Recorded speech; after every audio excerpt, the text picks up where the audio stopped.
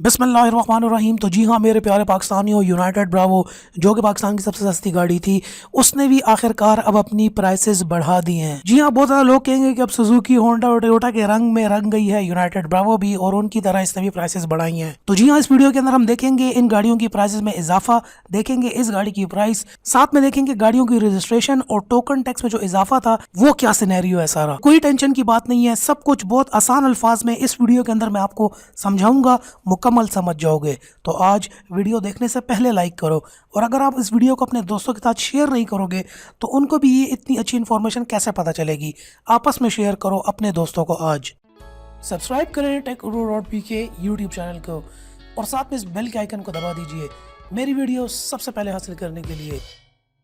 जी हाँ पाकिस्तानियों, यहाँ पर आपको बताना चलूँ, यूनाइटेड ब्रावो ने भी अब अपनी प्राइसेस इंक्रीज़ कर दी हैं, जो कि डायरेक्टली उनका कहना है कि वो डायरेक्टली जो अभी नई एफईडी स्लैब्स आए हैं उसकी वजह से हुआ है। इस रेस के अंदर सबसे पहले होंडा ने जो है अपनी प्राइसेस को इंक्रीज़ किया था, रिवाइज़ किया था ये एफईडी की वजह से, और अब यूनाइटेड मोटर्स ने भी अब यहाँ पर जो नया एफईडी लगा है उससे प्राइस इंक्रीज़ हो गई है, क्योंकि 800 सीसी भी गाड़ी जो है, 800 क्या 660 सीसी भी उसके अंदर आती है। यहाँ पर आपको ये पता चलूँ, पहले जो प्राइस थी वो 9,25,000 थी, जिसके अंदर अब इंक्रीज़ हुआ है 30,000 रुपये का। यहाँ पर देखा जाए तो ये इतना कोई बड़ा इंक्रीज़ नहीं है जितना इंक्रीज़ सुजुकी वालों ने अपना किया है, तकरीबन 3,20,000 रुपये तक का।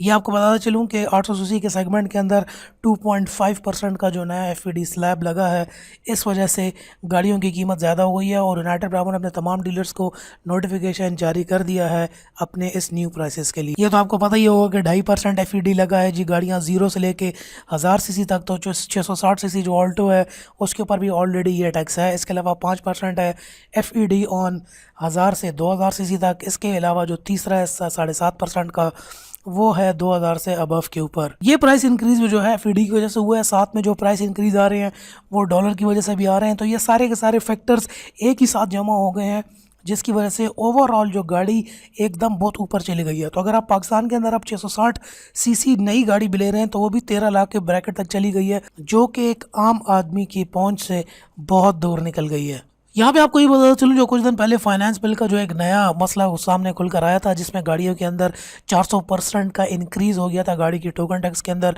और रजिस्ट्रेशंस के अंदर। और एक बहुत बड़ी जो है मीडिया के अंदर भी और यूट्यूब के ऊपर भी आपने काफ़ी ज़्यादा वीडियोज़ देखी होंगी, एक बहुत बड़ा लांझा बन गया था कि ये एक बहुत बड़ा मसला था कि गाड़ियों के अंदर इतना ज़्यादा जो है टोकन टैक्स उनका इंक्रीज़ हो गया था, जिसका अगर आप अंदाज़ा लगाएं तो जो 660 सीसी ऑल्टो आ रही है उसका जो है पर सीट के ऊपर जो है अब आपको एनुअल टैक्स देना पड़ रहा था। साथ में इतनी छोटी सी गाड़ी का मतलब जो है सालाना 50 से 60,000 रुपये का टैक्स। तो ये अब एफबीआर ने इसकी मुकम्मल तरदीद की है, और यहाँ पर अब आके इन्होंने साफ साफ बता दिया है कि जितनी भी ये रजिस्ट्रेशन है या टोकन टैक्सेस है या जो 400% का इंक्रीज़ था, ये सारा टाइपिंग मिस्टेक थी। ये आप स्क्रीन पे सारे शॉर्ट्स भी देख रहे होंगे। ये इतनी ज़्यादा पहले इन्होंने जो है सारी की सारी इस तरह दी, अब फाइनेंस बिल जो आया था वो था ही इस तरीके से। तो यहाँ पर तमाम लोगों ने उसको देखा, पढ़ा, वीडियोस भी बनी, न्यूज़ में भी आया। असल में ये सारी की सारी टाइपिंग की मिस्टेक थी।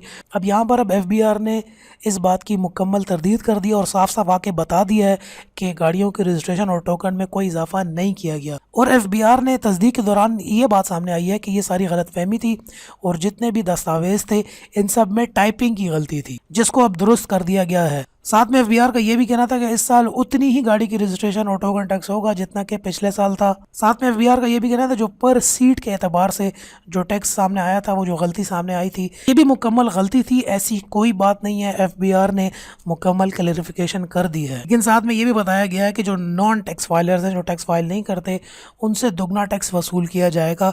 और ऐसी नई पॉलिसीज़ भी बनाई जा रही हैं कि जो नॉन फाइलर होंगे उनको ज़्यादा से ज़्यादा टैक्स दिया जाए, और जो फाइलर होंगे उनको ज़्यादा सहूलत फराम की जाएगी। दोस्तों यहाँ पर जो है वीडियो ख़त्म हो चुकी है, आप में से जो जाना चाहता है वो चला जाए। अब यहाँ पर मैं उन लोगों के साथ बात करना चाहूँगा जो वाकई इस सारे टैक्स प्रोसेस को और ये पूरी लॉबी को थोड़ा सा समझने की कोशिश करते हैं या समझना चाहते हैं। तो जो जाना चाहता है वो अभी चला जाए, और जो इस बात को थोड़ा सा डिटेल में समझना चाहता है वो वीडियो को पूरा फिर देख ले। तो जी हाँ भैया, अब मुझे लगता है ज़्यादातर लोग चले गए होंगे, अब सिर्फ वही लोग होंगे जो कि वाकई इस बात को समझना चाह रहे हैं। तो भैया बात इस तरह है, जितने भी ये टैक्सेस पाकिस्तान के अंदर अभी आ रहे हैं, ये टैक्सेस ऑलरेडी पूरी दुनिया में पहले से हैं। मतलब दो किस्म की लॉबीज़ होती हैं पूरी दुनिया के अंदर, एक इन्वायरमेंटलिस्ट लॉबी है और दूसरी ये ऑटो मैन्युफैक्चरिंग या ऑटो इंडस्ट्री की लॉबी है। ये दोनों की आपस में पूरी दुनिया के अंदर जंग रहती है। एनवायरमेंटल लॉबी ये कहती है कि बहुत ज़्यादा दुनिया के अंदर पोल्यूशन जो है वो इन गाड़ियों की वजह से आ रही है। और साथ में जो ये कार इंडस्ट्री है ये कहती है कि अगर ये कार इंडस्ट्री चलेगी नहीं तो बहुत ज़्यादा मुल्कों की इकॉनमी बैठेगी। साथ में आपको ये भी बताता चलूँ, पूरी दुनिया के अंदर जो प्राइवेट कार ओनर्स होते हैं उनको डिस्करेज किया जाता है कि वो गाड़ी इस्तेमाल ना करें, रोड के ऊपर गाड़ी ना लेकर आएँ। आपको ये तो पता होगा कि ट्रैफिक का जो मसला है वो पूरी दुनिया के अंदर है। ऐसा कोई भी दुनिया का मुल्क या शहर नहीं है जहाँ पर ट्रैफिक के मसाइल ना हो। अगर आप सोच रहे हैं कि यार जो फर्स्ट वर्ल्ड कंट्रीज़ है, कनाडा, अमेरिका, यूरोप, वहाँ पर ट्रैफिक के मसाइल नहीं है, बिल्कुल वहाँ पर भी मसाइल हैं। रोडों पर वहाँ पर भी ट्रैफिक जैम होती है। बजाय इसके कि उनके पास बहुत बड़ा इंफ्रास्ट्रक्चर है, बहुत बड़े बड़े रोड्स हैं, खुले खुले रोड्स हैं, 8 लेन्स की जो है वो हाईवेज़ हैं, एक्सप्रेसवेज़ हैं, सब कुछ है, बहुत कमाल का इंफ्रास्ट्रक्चर है। उसके बावजूद भी गाड़ियाँ वहाँ पर रोड के ऊपर रश में फंसती हैं। एज ए ट्रैफिक इंजीनियर मैं इस बात को बखूबी जानता हूँ कि रोड के ऊपर से रश को ख़त्म करने का सिर्फ एक ही तरीका है, वो है गाड़ियों को कम करें। नहीं, लिटरली आप लोगों को बता रहा हूँ, मजाक या तंज में नहीं कह रहा, लिटरली बता रहा हूँ। इंजीनियरिंग के अंदर भी और ऐसा कोई असूल के अंदर भी कोई ऐसे तरीके नहीं हैं कि आप रोड के ऊपर से रश कम करें।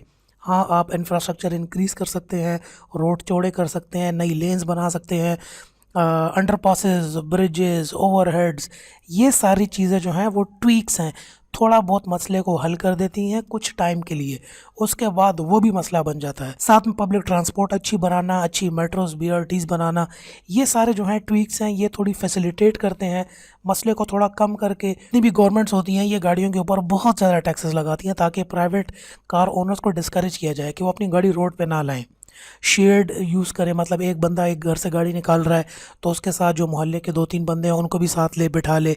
हमारे यहाँ तो ऐसा होता नहीं है। इसी तरीके से पब्लिक ट्रांसपोर्ट बहुत अच्छी बनाई जाती है कि अगर गाड़ी है भी तो वो हफ्ते में सिर्फ एक बार इस्तेमाल करे, बाकी टाइम वो घर में खड़ी रहे, वो नॉर्मल पब्लिक ट्रांसपोर्ट यूज़ करे, या पैदल चले, या साइकिल चलाए, या गाड़ी को शेयर करके निकले। तो इस तरह के और भी बहुत तरीके हैं गाड़ी को रोड के ऊपर ना लाने के। पाकिस्तान के अंदर अब क्योंकि इतना बड़ा इंफ्रास्ट्रक्चर भी नहीं है और अगर गाड़ी यहाँ पर बहुत ज़्यादा सस्ती भी हो जाती है तो फिर तकरीबन हर बंदे के पास गाड़ी होगी। गाड़ी तो सबके पास होगी लेकिन चला कोई नहीं सकेगा क्योंकि रोड के ऊपर रश बहुत ज़्यादा होगी, आप गाड़ी निकाल नहीं सकोगे। दूसरा, यहाँ पे कानून तो है नहीं। इतनी कम गाड़ियों के अंदर भी पाकिस्तान के अंदर 1000 गाड़ी है पर 20 बंदा, हर 1000 में से सिर्फ 20 बंदों के पास गाड़ी है। जबकि अगर अमेरिका की बात करें तो 865 पर 1000 बंदा गाड़ी है, हर 1000 में से 865 लोगों के पास गाड़ी हैं। इंतहाई ज़्यादा, वो इतनी ज़्यादा गाड़ियों को लेके भी मैनेज कर रहे हैं। हमारी इतनी सी गाड़ियाँ लोगों के पास इतनी कम, फिर भी अगर आप रोड के ऊपर देखते हैं बहुत ज़्यादा रश होती है। वो इस वजह से एक तो कानून नहीं है, दूसरा लोग यहाँ पे ड्राइविंग किसी को आती नहीं है, और तीसरा कोई कानून के मुताबिक ड्राइविंग करना भी नहीं चाहता। तो अगर इन हालात में गाड़ियाँ और सस्ती हो गई और बहुत ज़्यादा जब गाड़ियाँ रोड के ऊपर आ जाएंगी तो इस बात की आप लोगों को गारंटी मैं दे रहा हूँ कि आप गाड़ी रोड पे चला ही नहीं सकोगे। पूरी दुनिया के अंदर ऐसा होता है कि गवर्नमेंट डिस्करेज करती है कि प्राइवेट गाड़ियाँ लोग एक तो ख़रीदे ही ना, बहुत ज़्यादा टैक्स लगा देते हैं उसको, फिर उसकी एनुअल मेंटेनेंस भी बहुत टैक्स लगा लेते हैं, पार्किंग के ऊपर भी बहुत टैक्स लगा लेते हैं। जापान के अंदर और इस तरह की और कंट्रीज़ के अंदर 1-1 घंटे की 1-1 हज़ार रुपये पाकिस्तानी पार्किंग है। 5 घंटे अगर आपने गाड़ी खड़ी की है तो 5000 रुपये सिर्फ पार्किंग के, वो सिर्फ इसलिए कि डिस्करेज किया जाए कि गाड़ियाँ कम से कम हों। अब ये बहुत ज़्यादा टैक्सेस पाकिस्तान के अंदर भी आ रहे हैं, तो यहाँ पर लोगों को इन चीज़ों के पहले तो ये इन्फॉर्मेशन नहीं है, फिर जब ये नए टैक्स आते हैं तो ये उसको अफोर्ड नहीं कर सकते, जबकि पूरी दुनिया के अंदर ये सारे टैक्सेस हैं। और एनवायरमेंटल लॉबी जो है वो बहुत ज़्यादा कोशिश करती है कि ये टैक्सेस इनके ऊपर लगें, और बहुत ज़्यादा जगहों पर ये टैक्सेस जस्टिफाइड भी होते हैं। क्योंकि देखिए, जब आप गाड़ी चला रहे हैं तो पोल्यूशन हो रही है, गाड़ी पोल्यूशन आप क्रिएट कर रहे हैं, उस पोल्यूशन को कैटर करने के लिए, पोल्यूशन को ख़त्म करने के लिए जो कॉस्ट है वो गवर्नमेंट पे कर रही है। इसके अलावा उस पोल्यूशन के जो नताइज निकल रहे हैं, उससे जो बीमारियां हो रही हैं, उससे जो एनवायरनमेंट में चेंज आ रहा है, उससे जो सैलाब आते हैं, उससे जो पूरा वाटर साइकिल चेंज हो रहा है, उसको कैटर करने के लिए भी गवर्नमेंट की कॉस्ट लगती है। तो पोल्यूशन करते हो आप अपनी गाड़ी से, और उसके जो नुकसानात हैं उसको पूरा करती है गवर्नमेंट अपने पैसों से। तो इस तरीके से जर्मनी के अंदर पोल्यूशन टैक्सेस भी हैं। जितनी आपकी गाड़ी पोल्यूशन पैदा कर रही है उस हिसाब से आप टैक्स भी दोगे। फिर उस पोल्यूशन से जो लोग बीमार होकर सरकारी अस्पतालों में आ रहे हैं तो वो कॉस्ट भी गवर्नमेंट ही दे रही है ना, आप तो नहीं दे रहे। इसके अलावा जो ऑटो इंडस्ट्री है वो ये कहती है कि अगर हम गाड़ियाँ बनाना कम कर दें या इस तरह का कुछ और कर दें, तो फिर इतने लोग बेरोज़गार हो जाएंगे, इतनी बड़ी कंपनीज ख़त्म हो जाएंगी और इतनी बड़ी जो है वो इकॉनमी बैठ जाएगी, इतने लोग बेरोज़गार हो जाएंगे। यहाँ पर एनवायरमेंटल लॉ भी कह रहे हैं अगर बेरोज़गार ना हुए तो वो एनवायरनमेंट की पोल्यूशन की वजह से मर जाएंगे। तो ये दोनों जंग जो है ये चलती रहती है और ये बीच के रास्ते निकालते रहते हैं। और गवर्नमेंट जो है वो कार इंडस्ट्री के ऊपर ज़्यादा टैक्स डालती रहती है और उनसे टैक्स कलेक्शन करती है पूरी दुनिया के अंदर। हमारे यहाँ अब क्योंकि पहली बार ये सारे टैक्स लग रहे हैं तो लोग बहुत ज़्यादा रिएक्ट कर रहे हैं। तो ये छोटी सी इन्फॉर्मेशन मैं आप लोगों को देना चाह रहा था। उम्मीद करता हूँ आप लोगों को समझ आई होगी। अगर कुछ बात समझ नहीं आई तो कमेंट में आके पूछ सकते हैं। अगर समझ आ गई है तो आप नीचे आके कमेंट में अपने खुल के बताओ कि आपको क्या समझ आई और आपकी क्या राय है इस सब के बारे में। खुल के आके कमेंट में बताओ। वीडियो को लाइक करो और शेयर इसलिए करो ताकि लोगों को भी इन्फॉर्मेशन पता चले और थोड़ा सा उनका भी दिमाग खुले। लाओ वीडियो को, मिलते हैं आपसे नेक्स्ट वीडियो के अंदर। तब तक के लिए अपना ख्याल रखिएगा एंड थैंक्स फॉर वॉचिंग।